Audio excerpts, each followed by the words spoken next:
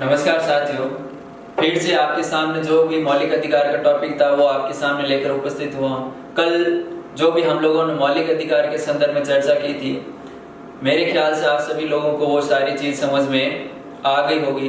यदि आपको राज्य की जो परिभाषा हम लोगों ने पढ़ी थी या जो भी अधिकारों की शुरुआत के संदर्भ में हम लोगों ने चर्चा पढ़ी थी, यदि किसी को कोई समस्या हो तो वही आप कमेंट करके मुझे बता सकते हो, ठीक है।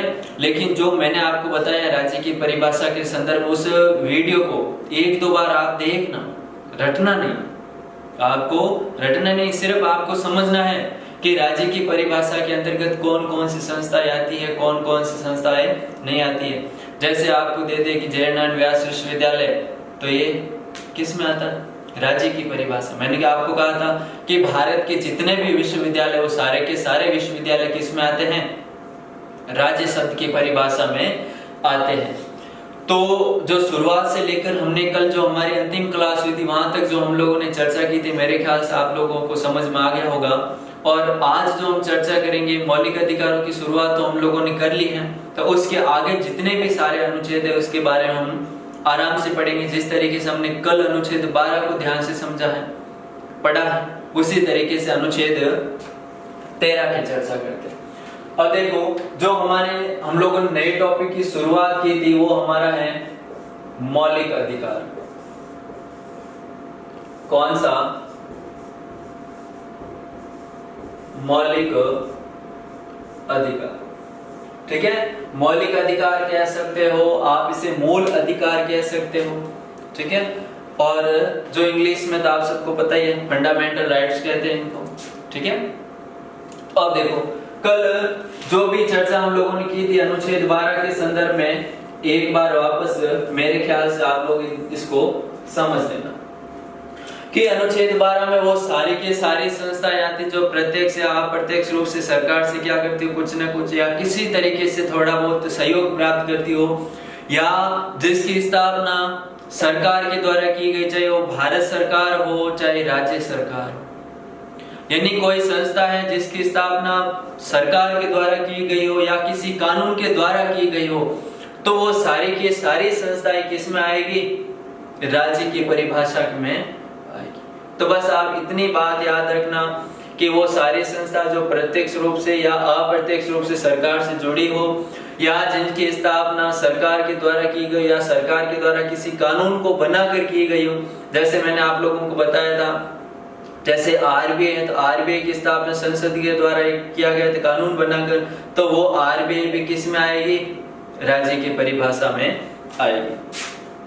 तो अब देखिए दोस्तों, अनुच्छेद 13 क्या कहता है? भारतीय संविधान में जो मौलिक अधिकार दिया गया, उन मौलिक अधिकारों में जो अनुच्छेद 13, अब एक तरीके से देखा जाए तो अनुच्छेद 13 बहुत ही महत्वपूर्ण है। जो जितने भी सारे अनुच्छेद हैं, उन सभी अनुच्छेदों में जो सबसे महत्वपूर्ण है, मेरे ख्याल से वो अनुच्छेद 13 ही है। कौन सा है? अनुच्छेद 13। अब देखो, अनुच्छेद 13 महत्वपूर्ण क्यों है इसके संदर्भ में? क्योंकि जो अनुच्छेद 13 है, ये न्यायालय को ये अधिकार देता है। किसको देता है? सर्वोच्च जो न्यायालय है, उस न्यायालय को ये अधिकार देता है, न्यायालय को अधिकार देता है। अब न्यायालय को अधिकार किस बात का देता है? कि यदि ऐसा कोई कानून बन जाए, क्या बन जाए? यदि ऐसा कोई कानून बन जाए, तो उसे कानून बन जाए और वो कानून हमारे जो भी मौलिक अधिकार है, उन मौलिक अधिकारों का क्या करता हो? हनन करता हो। यानी कि कोई कानून जो हमारे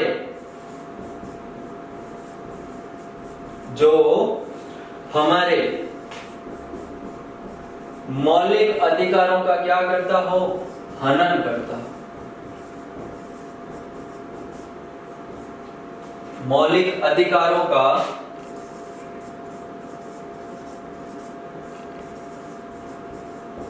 हनन करता हो, ठीक है। वापस समझो, अनुच्छेद 13 जो भी सर्वोच्च न्यायालय, उस सर्वोच्च न्यायालय को अधिकार देता है। कौन से? सर्वोच्च न्यायालय। सर्वोच्च न्यायालय को अधिकार देता है कि कोई भी ऐसा कानून जो हमारे मौलिक अधिकारों को क्या करता हो, हनन करता, या किसी भी तरीके से ऐसा कोई कानून बन गया जो हमारे मौलिक अधिकारों को किसी तरीके से क्या पहुंचा रहे हो, नुकसान पहुंचा रहे हो, या हमें मौलिक अधिकारों से वंचित कर रहा हो, तो सर्वोच्च न्यायालय का अनुच्छेद 13 ये अधिकार देता है कि वो ऐसे कानून को क्या कर सकता है, पुनरावलोकन कर सकता है। पुनरावलोकन का मतलब वापस उसको दोहराने के लिए बता सकता है कि भाई ये जो अधिकार बना है उस अधिकार में जो भी भारतीय नागरिकों को जो भी अधिकार दिए गए उन अधिकारों का क्या हो रहा है, हनन हो रहा है, तो आप उसमें परिवर्तन कीजिए। एक तो ये कर सकता है। दूसरा, जो भी कानून बन गया उसको क्या कर सकता है, असंगत कर सकता है, यानी कि ये कानून के संविधान के विरोध है, मौलिक अधिकारों के विरोध है, या सर्वोच्च न्यायालय को अनुच्छेद 13 ये प्रावधान या ये अधिकार देता है कि उस कानून को क्या कर सकता है, खारिज भी कर सकता है, यानी कि रद्द भी कर सकता है। तो मेरे ख्याल से ये अनुच्छेद 13 सबसे महत्वपूर्ण अनुच्छेद है। क्यों? क्योंकि सर्वोच्च न्यायालय के अधिकार दे दिया गया है कि जो भी कानून है जिससे हमारे नागरिकों के अधिकारों का हनन हो रहा है, तो उन कानून को या उस विधि को सर्वोच्च न्यायालय न्यायिक समीक्षा कर सकता है, उसको पुनरावलोकन कर सकता है, या उसको हटा भी सकता है उस विधि को। ये बात किसमें कही है? अनुच्छेद 13 में। तो ये सबसे महत्वपूर्ण अनुच्छेद हो जाता है। अब देखो दूसरा जो यहाँ से पूछा जाता है कि विधि शब्द का उल्लेख संविधान के कौन से अनुच्छेद में किया गया? कौन सा विधि शब्द का उल्लेख, विधि शब्द का उल्लेख किया गया? ये जो विधि शब्द है, इस विधि शब्द का जिस तरीके से हमने पढ़ा था कि राज्य शब्द का उल्लेख संविधान के अनुच्छेद 12 में मिलता है, और एक आप लोगों को पता है नीति निर्देशक तत्वों के जब पढ़ते हैं तो नीति निर्देशक तत्व भाग 4 के अनुच्छेद 36 में भी राज्य शब्द की परिभाषा मिलती है, और 12 और 36 की परिभाषा दोनों की क्या है, एक जैसी है। तो वहां पर आप कंफ्यूजन मत होना, ठीक है। तो अनुच्छेद 13 में विधि शब्द का भी उल्लेख मिलता है। अब विधि का अर्थ आप सभी को पता है क्या है, कानून। विधि का अर्थ क्या है, कानून। अब विधि के अंतर्गत आप लोगों को पता है कि जो भी राष्ट्रपति या राज्यपाल अध्यादेश जारी करते हैं, वो अध्यादेश भी किस में आएगा, विधि में आएगा। किस में आएगा, विधि में आएगा। यदि कोई आदेश जारी किया जाता है तो वो आदेश भी किस में आएगा, विधि में आएगा। किस में आएगा, विधि में। तो आप लोग याद रखना, जो विधि शब्द है उस विधि शब्द का उल्लेख संविधान के कौन से अनुच्छेद में मिलता है, तो अनुच्छेद 13 में मिलता है। और अनुच्छेद 13 सर्वोच्च न्यायालय के अधिकार भी देता है। कौन सा अधिकार, कि कोई भी ऐसा मान लो कानून बन गया जो हमारे मौलिक अधिकारों को क्या कर रहा हो, हनन कर रहा हो, तो सर्वोच्च न्यायालय को अनुच्छेद 13 के तहत ये अधिकार है कि वो उस कानून की क्या कर सकता है, समीक्षा कर सकता है, या उस कानून को हटा भी सकता है। ये अधिकार देता है कौन सा, अनुच्छेद 13। और अनुच्छेद 13 में विधि शब्द का उल्लेख है। अब विधि में आपको पता है राष्ट्रपति अध्यादेश जारी करता है, और राज्यों के अंदर अध्यादेश जारी करने की शक्ति किसके पास है, राज्यपाल के पास। तो जो अध्यादेश है तो वो भी किस में आएगा, विधि में आएगा। अगर किसी ने कोई आदेश निकाल दिया हो तो वो भी किस में आएगा, विधि में आएगा। अब देखो मान लो राष्ट्रपति ने कोई ऐसा अध्यादेश जारी कर दिया, और उस अध्यादेश के द्वारा हमारे मौलिक अधिकारों का क्या हो रहा है, हनन हो रहा है। हमारे मौलिक अधिकारों का क्या हो रहा है, हनन। तो ऐसी स्थिति में क्या सर्वोच्च न्यायालय का अनुच्छेद 13 ने ये वैसे भी अधिकार दे रखा है कि आप उस अधिकार को या उस विधि को, उस कानून को, उस आदेश को क्या कर सकते हो, आप समीक्षा कर सकते हो, या उसको रद्द भी कर सकते हो आप। तो ये किसको अधिकार दे रखा है, सर्वोच्च न्यायालय को। समझ गया। कोई भी ऐसा कानून बन जाए या कोई भी ऐसा राष्ट्रपति ने आदेश जारी कर दिया जिससे कहीं ना कहीं या किसी न किसी तरीके से हमारे अधिकारों का हनन हो रहा हो, तो ऐसी स्थिति में क्या किया जाता है कि सर्वोच्च न्यायालय उसको समीक्षा कर सकता है, उसको रद्द भी कर सकता है, उसको असंगत भी कर सकता है। समझ गए ना। अब देखो इसके बाद जो अगला अनुच्छेद आता है, अनुच्छेद 14। अब देखो यहां तक तो हम लोगों ने बात की थी अनुच्छेद 12 में राज्य शब्द की, और अनुच्छेद 13 के अंदर सर्वोच्च न्यायालय को जो अधिकार दिया गया उसके संदर्भ में हम लोगों ने चर्चा की थी। फिर उसके बाद देखिए जो हमारे अधिकारों की शुरुआत होती है, यानी कि जो यदि आप साथ साथ मेरे ख्याल से तो आप अपने नोट्स बना रहे हो तो साथ साथ में आराम से नोट्स बनाइए आप, ताकि आपको याद हो जाए जब भी आप वापस देखो, ठीक है। अब देखो जो अधिकारों की शुरुआत होती है, यानी कि जो सबसे पहला अधिकार है वो कौन सा है? समानता का अधिकार, समानता का अधिकार। अब देखिए जो ये समानता का अधिकार है, इस समानता के अधिकार का जो उल्लेख है वो संविधान के अनुच्छेद 14 से लेकर 18 तक मिलता है। कहां तक? 14 से लेकर 18 तक किनका उल्लेख मिलता है? समानता के अधिकार का उल्लेख मिलता है। किसका उल्लेख मिलता है? समानता के अधिकार का उल्लेख। अब देखो समानता का अधिकार, तो सीधा सा सबसे पहला तो यही आपसे पूछ जाए कि समानता के अधिकार के तहत कुल कितने अनुच्छेद दिए गए हैं, तो ज्यादातर क्या होता है कि 14 और 4 18। कितना गया? 14 और 4 18। तो वो हमारा क्या हो जाता है? गलत हो जाता है। वो हमें नहीं करना है। क्यों? क्योंकि 14 में भी तो समानता का अधिकार है। तो 14, 15, 16, 17 और 18 कितने हो गए? 5 हो गए। कितने हो गए? 5।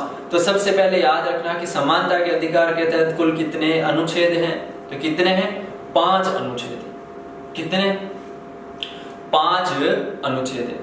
अब वो 5 कौन कौन से हैं उसके संदर्भ में देखिए, ठीक है। तो सबसे पहले हम चर्चा करते हैं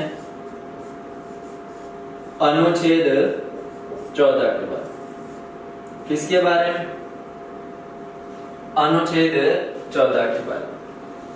अब देखिए साथियों, जो अनुच्छेद 14 है उसमें 2 बातें दे रखी हैं। कितनी बातें दे रखी हैं? 2 बातें दे रखी।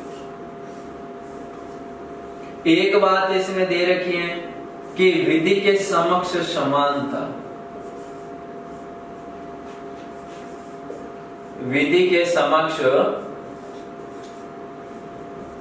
समानता।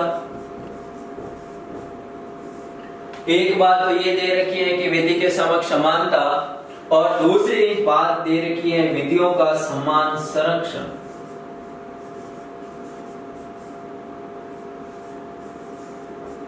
विधियों का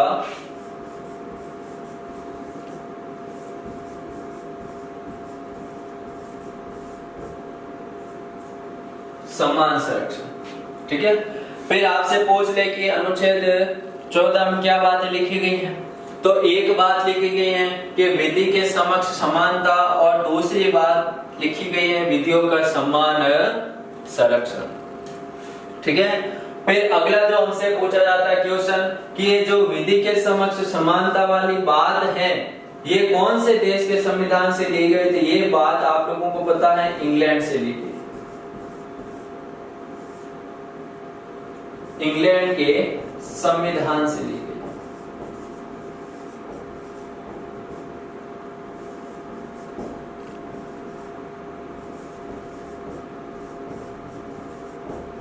ये विचार या ये बात कौन से देश के संविधान से लिए गए हैं? तो इंग्लैंड के संविधान से। देखिए इंग्लैंड के संविधान से लिया गया है, ठीक है। तो इंग्लैंड के संविधान से जब ये बात ली गई है तो इंग्लैंड का एक विद्वान था। कहां का?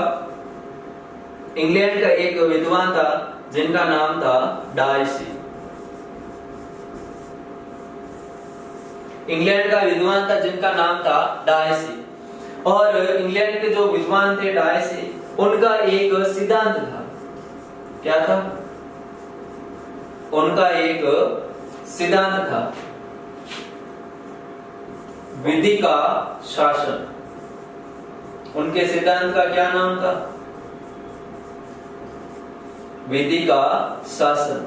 तो ये जो कॉन्सेप्ट है विधि के समक्ष समानता वाला इंग्लैंड से लिया गया। इंग्लैंड से भी पूछा जाए तो इंग्लैंड का विद्वान था जिसका नाम था डायसी, और डायसी का एक सिद्धांत था विधि का शासन, और इस विधि के शासन से कौन सा लिया गया है? विधि के समक्ष समानता वाला विचार लिया गया। यदि आपसे पूछे कि कौन से विद्वान के विचार पर, तो नाम याद रखना आपको, डायसी। कहां के विद्वान थे? इंग्लैंड के विद्वान थे, और उनका एक सिद्धांत था विधि का शासन। उसी से ये बात निकल कर आती है कि विधि के समक्ष समानता।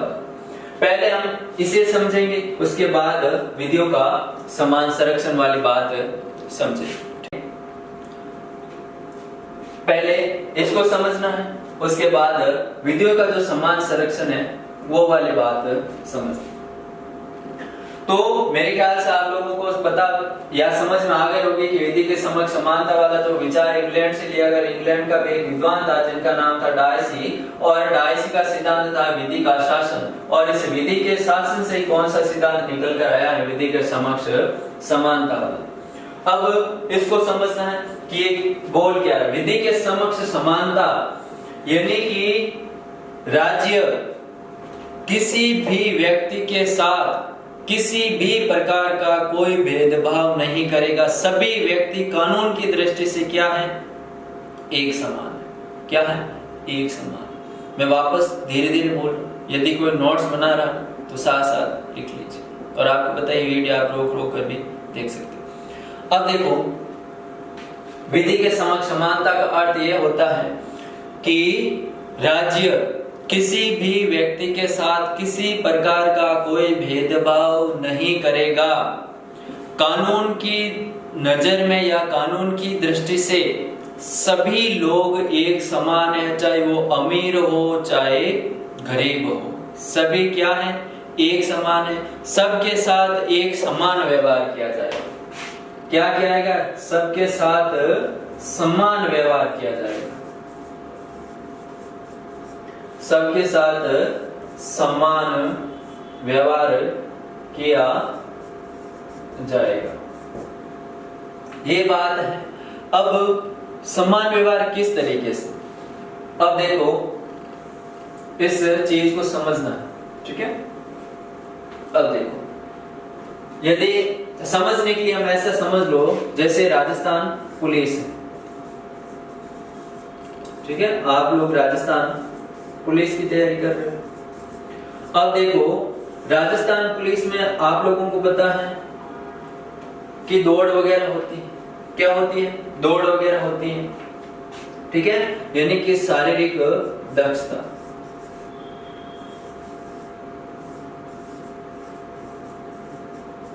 अब शारीरिक दक्षता के लिए राजस्थान पुलिस में मान लो एक नियम है।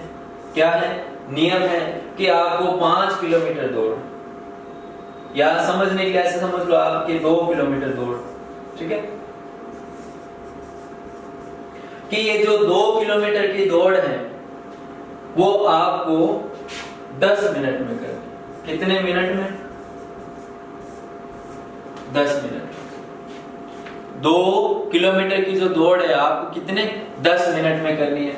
अब जो दौड़ है 2 किलोमीटर की, उसमें आपको पता है पुरुष भी भाग लेंगे, यानी कि पुरुष कैंडिडेट है, मेल कैंडिडेट वो भी आएंगे, और फीमेल कैंडिडेट है वो भी इसमें आएंगे, क्योंकि एग्जाम तो वो भी दे सकते हैं। तो अब देखो, टेक्निकल टीम यहां तक दिख जाएगा इससे ऊपर।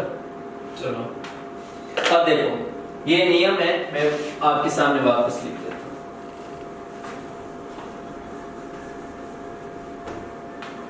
अब देखो,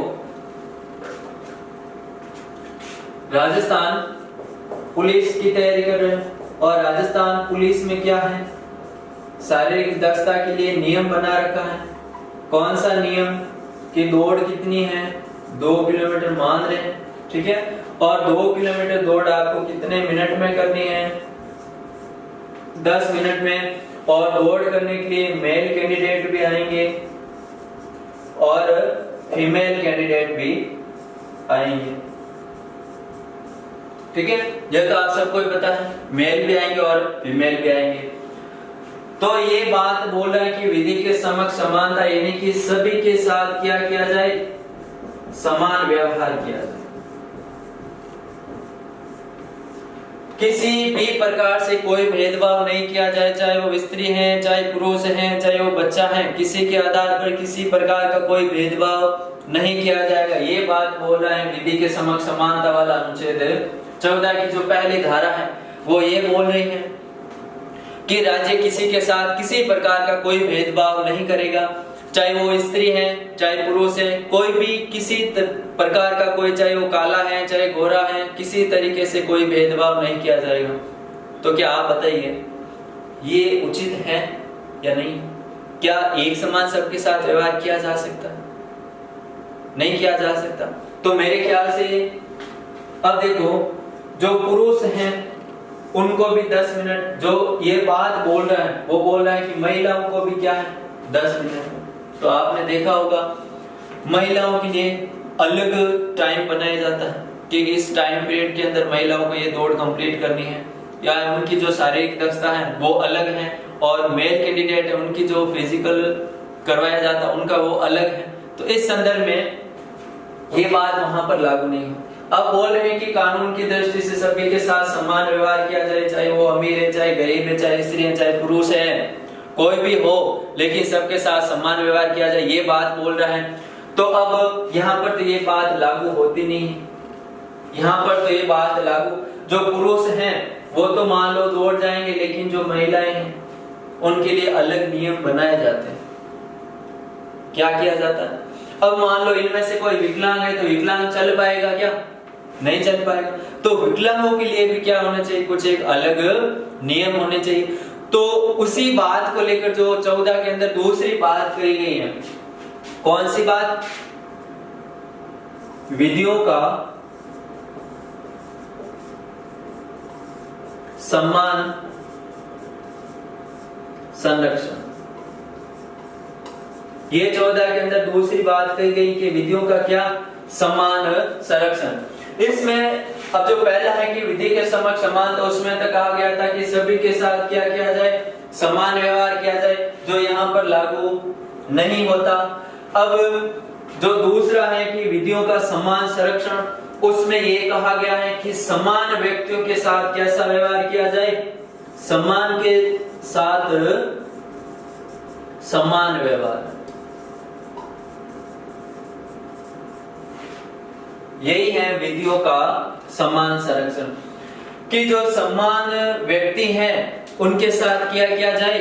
समान व्यवहार किया जाए, ठीक है। और जो पुरुष हैं तो उनके लिए अलग निश्चित कुछ एक बनाया जाए, जो महिलाएं हैं तो उनके लिए कुछ एक अलग नियम बनाया जाए, जो विकलांग है उनके लिए क्या अलग नियम बनाया जाए। अब जैसे कि मान लो पुरुष कैंडिडेट है वो विकलांग भी है, तो जो विकलांग है वो तो जो शारीरिक रूप से सक्षम है उसके बराबर तो हो नहीं सकता, तो फिर ये यहाँ पर क्या हो जाएगा?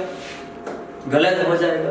तो इसलिए जो दूसरी बात जोड़ी गई कि विधियों का समान संरक्षण, यानी कि समान लोगों के साथ कैसा व्यवहार किया जाए? समान व्यवहार किया जाए, यानी कि जो महिला है तो उनके लिए अलग नियम हो, बच्चों के लिए अलग नियम हो, पुरुषों के लिए अलग हो, विकलांगों के लिए नियम क्या हो?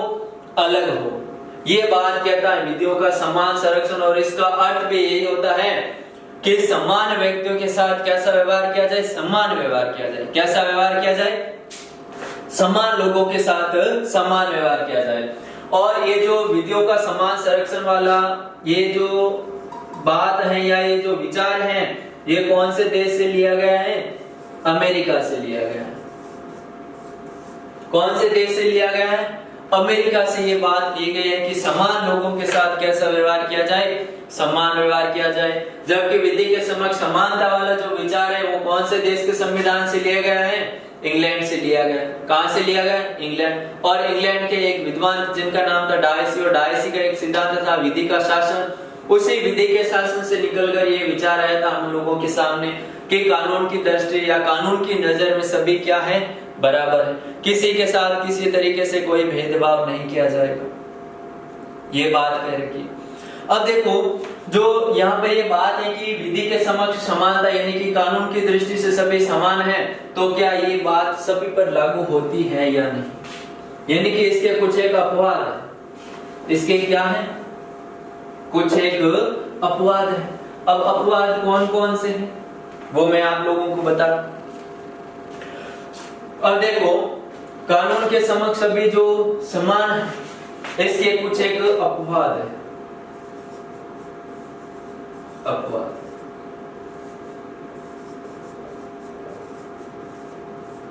ठीक है। अब देखो इसके अपवाद कौन कौन से हैं, तो उसके संदर्भ में यदि हम देखा जाए तो आपको पता है कि भारतीय संविधान के अनुच्छेद 361, कौन सा, भारतीय संविधान का अनुच्छेद 361, जिसमें विशेषाधिकारों का उल्लेख है। किसका उल्लेख है, विशेषाधिकारों का उल्लेख, विशेषाधिकारों का उल्लेख। अब ये विशेष अधिकार किनके हैं, तो राष्ट्रपति व राज्यपाल। तो राष्ट्रपति और राज्यपाल को कुछ एक विशेष अधिकार प्रदान किए गए भारतीय संविधान में। कौन से अनुच्छेद में, अनुच्छेद 361 में। और अनुच्छेद 361 में ये बात कह रखी है कि जब तक राष्ट्रपति और राज्यों का राज्यपाल अपने पद पर है, क्या है, अपने पद पर है, तब तक उनके खिलाफ या उनने जो भी निर्णय लिया है उनके संदर्भ में किसी न्यायालय में कोई भी शिकायत नहीं की जा सकती। समझ रहे हो ना, वापस समझो। अनुच्छेद 361 में विशेषाधिकारों का उल्लेख है। विशेषाधिकार किनके, राष्ट्रपति और राज्यपाल के। और अनुच्छेद 361 में बात दे रखी है कि राष्ट्रपति और राज्यपाल जब तक अपने पद पर हैं, तब तक यदि वो कोई भी निर्णय लेते हैं तो उन निर्णयों के खिलाफ किसी भी न्यायालय में कोई भी शिकायत दर्ज नहीं करवाई जाती, उनके खिलाफ कोई भी शिकायत दर्ज नहीं करवाई जाती। और अगला है अनुच्छेद 361 में दूसरी बात दे रखी है कि जो भी राष्ट्रपति हैं, राज्यपाल है, ठीक है, उन्होंने यदि कोई भी ऐसा काम कर लिया तो उस काम की जांच के लिए भी किसी भी न्यायालय में कोई केस या कोई भी सुनवाई नहीं की जाएगी। और मान लो राष्ट्रपति है, तो इस राष्ट्रपति के खिलाफ जब तक राष्ट्रपति अपने पद पर है तब तक उसके खिलाफ किसी भी न्यायालय में फौजदारी या ये मामला ही दर्ज नहीं होता। अगर दीवानी मामला दर्ज हो जाए तो क्या है कि उसको 2 महीने पहले सूचना देनी पड़ती है राष्ट्रपति को। मान लो आज कोई एक मामला है और राष्ट्रपति के खिलाफ क्या है, कोई एक मामला निकलकर सामने आया है, और आज जो मामला आया यानी कि राष्ट्रपति पर क्या हो गया है, किसी व्यक्ति ने क्या कर लिया है, केस कर लिया कि राष्ट्रपति ने ऐसा किया है, राष्ट्रपति ने वैसा किया है। अब ये केस दर्ज हो गया, तो आज जो ये मामला आया है सामने, तो आज जो ये मामला है, आज तो केस दर्ज नहीं होगा। क्यों नहीं होगा, क्योंकि राष्ट्रपति राज्यपाल को विशेष अधिकार प्रदान है कि 2 महीने पहले क्या देनी पड़ेगी, सूचना। अब मान लो आज एक किसी व्यक्ति ने कोई केस किया, तो आज से 2 महीने तक आज आया, आज सूचना दे दी राष्ट्रपति जी को कि आपके खिलाफ ये मामला है, इस व्यक्ति ने ये दर्ज करवाया, तो आज ये सूचना दे दी, तो जो केस दर्ज होगा वो 2 महीने बाद होगा। केस कब दर्ज होगा, 2 महीने के बाद, यानी कि 2 महीने तक उनके खिलाफ कैसा भी कोई भी निर्णय नहीं लिया जाए। ये विशेष अधिकार प्रदान है किसको, राष्ट्रपति को। अब देखिए एक अगला अनुच्छेद, ठीक है, एक अपवाद में आप लोग थोड़ा सा ध्यान रखिए।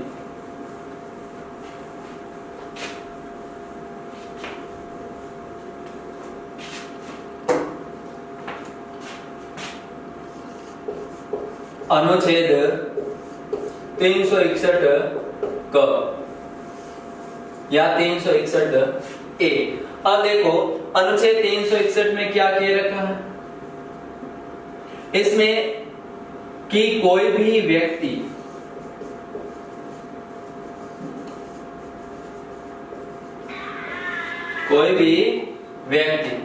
अब जो कोई भी व्यक्ति है वो संसद के किसी सदन या तो संसद के दोनों सदन या दोनों में से कोई संसद का एक सदन, फिर दूसरा कि राज्यों के अंदर जो विधानमंडल होता है क्या होता है, विधानमंडल, तो विधानमंडल के दोनों सदनों या दोनों में से किसी एक सदन। अब यहां पर आप लोग एक चीज समझिए, ठीक है। अब देखो अब देखिए, ठीक है, ये जो अनुच्छेद है इसको एक बार आप वापस समझो। ये तो मेरे ख्याल से विशेष अधिकार वाली बात तो आपकी समझ में आ गई होगी, ये आपकी समझ में नहीं आएगी। अब देखो इसको आराम से समझना, ठीक है, कि अनुच्छेद 300 हम कानून के समक्ष समानता वाला अनुच्छेद है, वही उसी में हम बात करें, ये सारी की सारी बातें उसी में है। एक एक अनुच्छेद को लेकर बहुत विस्तृत तरीके से बात करेंगे, ठीक है। अब देखो जो अनुच्छेद है 361 के अंदर तो राष्ट्रपति और राज्यपाल के विशेषाधिकार से संबंधित बात की गई है, और अनुच्छेद 361 क इसमें ये बात कह रखी है कि कोई भी व्यक्ति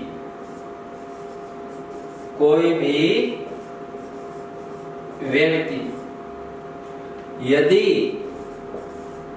इस बात को एक बार समझना, कि कोई भी व्यक्ति यदि संसद के दोनों सदन, संसद के दोनों सदन या संसद के किसी एक सदन, संसद के दो सदन हैं, लोकसभा और राज्यसभा, यदि कोई भी व्यक्ति संसद के दोनों सदनों की या दोनों में से किसी एक सदन की, और इसके अलावा अगली बात कौन सी दे रखी है, ये प्लस का निशान, मतलब ये भी बात इसी में शामिल है कि राज्य विधानमंडल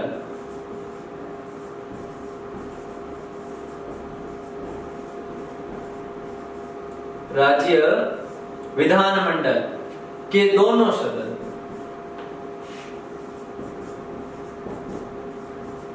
अब राज्य विधानमंडल के दोनों सदन कौन से हैं? विधानसभा और विधान परिषद। राज्य विधानमंडल के दोनों सदन या दोनों में से एक सदन।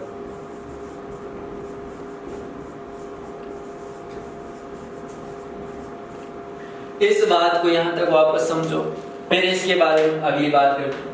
अनुच्छेद 361 क में ये बात दे रखी कि कोई भी व्यक्ति यदि संसद के दोनों सदन या दोनों में से किसी एक सदन या राज्य विधानमंडल के दोनों सदन या दोनों में से किसी एक सदन के वहां पर जो भी कार्यवाही चल रही है, क्या चल रही है, वहां पर कार्यवाही चल रही है, और यदि उस कार्यवाही का प्रकाशन, समझ लेना कि संसद के दोनों सदन या दोनों में से कोई एक सदन, विधानमंडल के दोनों सदन या दोनों में से किसी एक सदन के अंदर वहां पर क्या हो रही है, कार्यवाही हो रही है, और उस कार्यवाही का प्रकाशन वो अखबार में करता है। किस में करता है? अखबार में करता है। उस कार्यवाही का प्रकाशन वो रेडियो में करता है, उस कार्यवाही का प्रकाशन वो टीवी में करता है। किस में करता है? टीवी। तो उस व्यक्ति के खिलाफ देश के किसी भी न्यायालय में उस ये जो व्यक्ति है इसके खिलाफ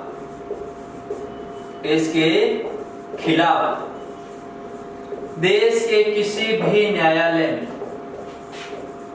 देश के किसी भी न्यायालय में कोई भी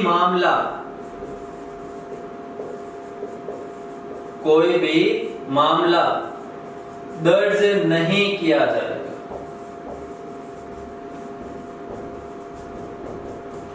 क्या है कि कोई भी मामला दर्ज नहीं किया जाएगा। अब ये बात किस में दे रखी है? अनुच्छेद 361 क में दे रखी है कि कोई भी व्यक्ति यदि संसद के दोनों सदनों में कार्यवाही हो रही हो या दोनों में से किसी एक सदन में कार्यवाही हो रही हो या राज्य विधानमंडल के दोनों सदनों में कार्यवाही चल रही है या दोनों में से किसी एक सदन के अंदर जो कार्यवाही चल रही है और उस कार्यवाही का प्रकाशन यदि वो अखबार में करता है, रेडियो में करता है, टेलीविजन में करता है, तो ऐसी स्थिति में उस व्यक्ति जो प्रकाशन कर रहा है उसके खिलाफ देश के किसी भी न्यायालय में कोई भी मामला दर्ज नहीं किया जाएगा। ये बात किसमें दे रखी है? अनुच्छेद 361 क में दे रखी है। समझ गए ना? अब देखो अगला एक और अनुच्छेद है जो मेरे ख्याल से आप लोग थोड़ा सा याद रख लो, क्योंकि जब पॉलिटी पढ़ रहे हैं तो उसको रटना नहीं है, एक एक चीज को समझना। जैसे अनुच्छेद 361 में क्या है?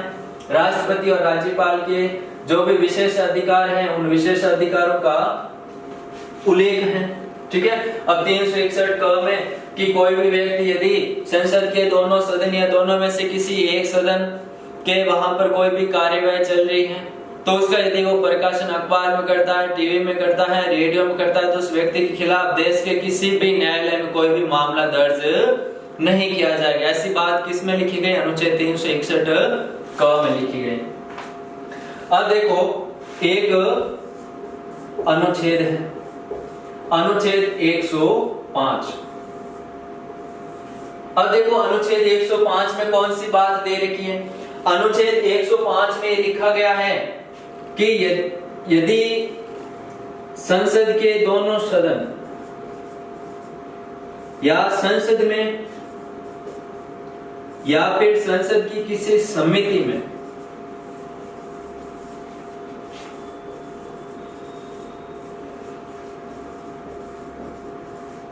बात समझना, अनुच्छेद 105 में लिखा गया या तो संसद में या संसद की किसी समिति में कोई भी संसद का जो सदस्य है, संसद का सदस्य, वो संसद का सदस्य यदि अपना मत रखता है यानी कि अपना विचार प्रकट करता है, किसी बात पर क्या करता है? अपना विचार प्रकट करता है, तो ऐसी स्थिति में जो विचार प्रकट करने वाला जो संसद का सदस्य है उसके खिलाफ भी किसी भी न्यायालय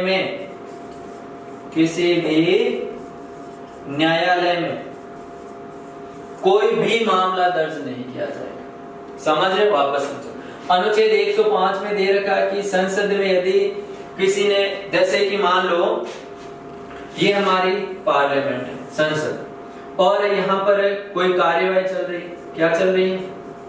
कार्यवाही। और यहाँ पर एक जो सांसद का, ये जो संसद का सदस्य है, इसने खड़ा होकर अपना कोई भी एक मत दे दिया कि इस बात पर मेरा मत ये है, चाहे किसी को अच्छा लगे या ना लगे।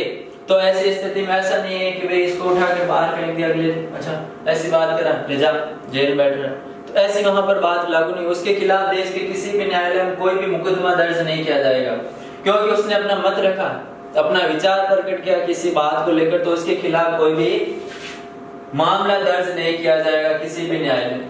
कौन किस में लिखा गया? अनुच्छेद 105 में ये बात लिखी गई है। अब देखिए अगला अनुच्छेद आता है जो मेरे ख्याल से आप वो भी थोड़ा सा याद रख लो। ठीक है, अनुच्छेद 194। अब देखिए अनुच्छेद 194, इसमें कौन सी बात लिखी गई है कि अनुच्छेद 194 में लिखा गया है कि राज्य विधानमंडल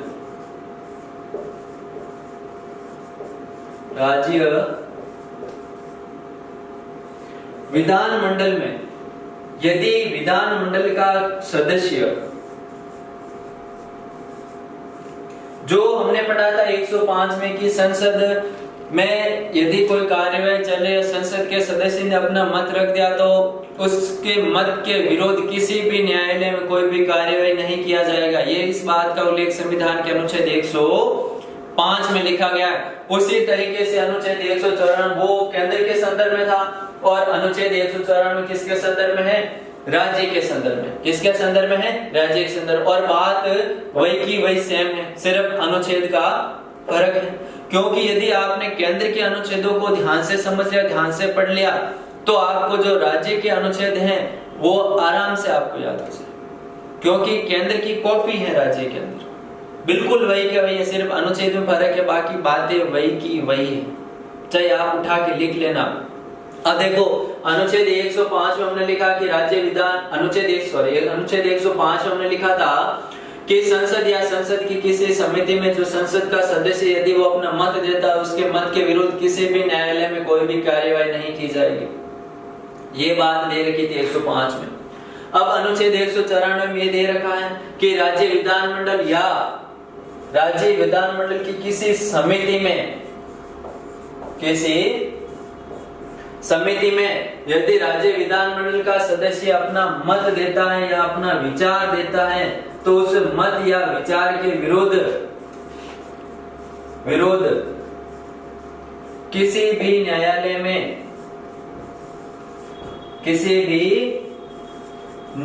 में कोई कार्यवाही नहीं की जाएगी।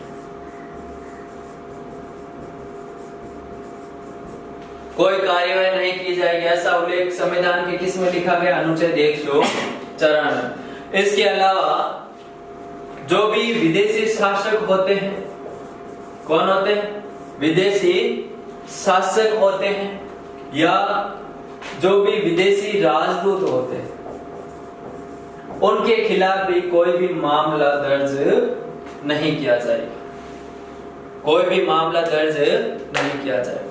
ये सारी की सारी जो आज हमारी क्लास थी वो सिर्फ और सिर्फ अनुच्छेद 14 पर थी कि अनुच्छेद 14 में क्या बातें लिखी गई हैं, कौन कौन सी इसकी अपवाद है, कौन कौन सी बातें, एक एक को लेकर हमने बहुत बारीकी से चर्चा की। तो आप एक दो बार वीडियो देख लेना, आपको आराम से सब कुछ याद हो जाएगा। ठीक है। और अगला यानी कि अनुच्छेद 15 का जो टॉपिक है, अनुच्छेद है, वो कल पढ़ेंगे हम। ठीक है। और उसी के साथ तब तक आपको क्या करना है? बार बार देखना है और शेयर करना है। ठीक है। यदि आपको क्लास अच्छी लगे तो ही शेयर करना। समझ गए? एक दो बार सारी की चीजों को देख लेना, आराम से याद हो जाएगा। और साथ में आपको क्या करना? नोट्स बना लेना, ताकि आपको परमानेंट आपके याद हो जाए। ठीक है दोस्तों, धन्यवाद।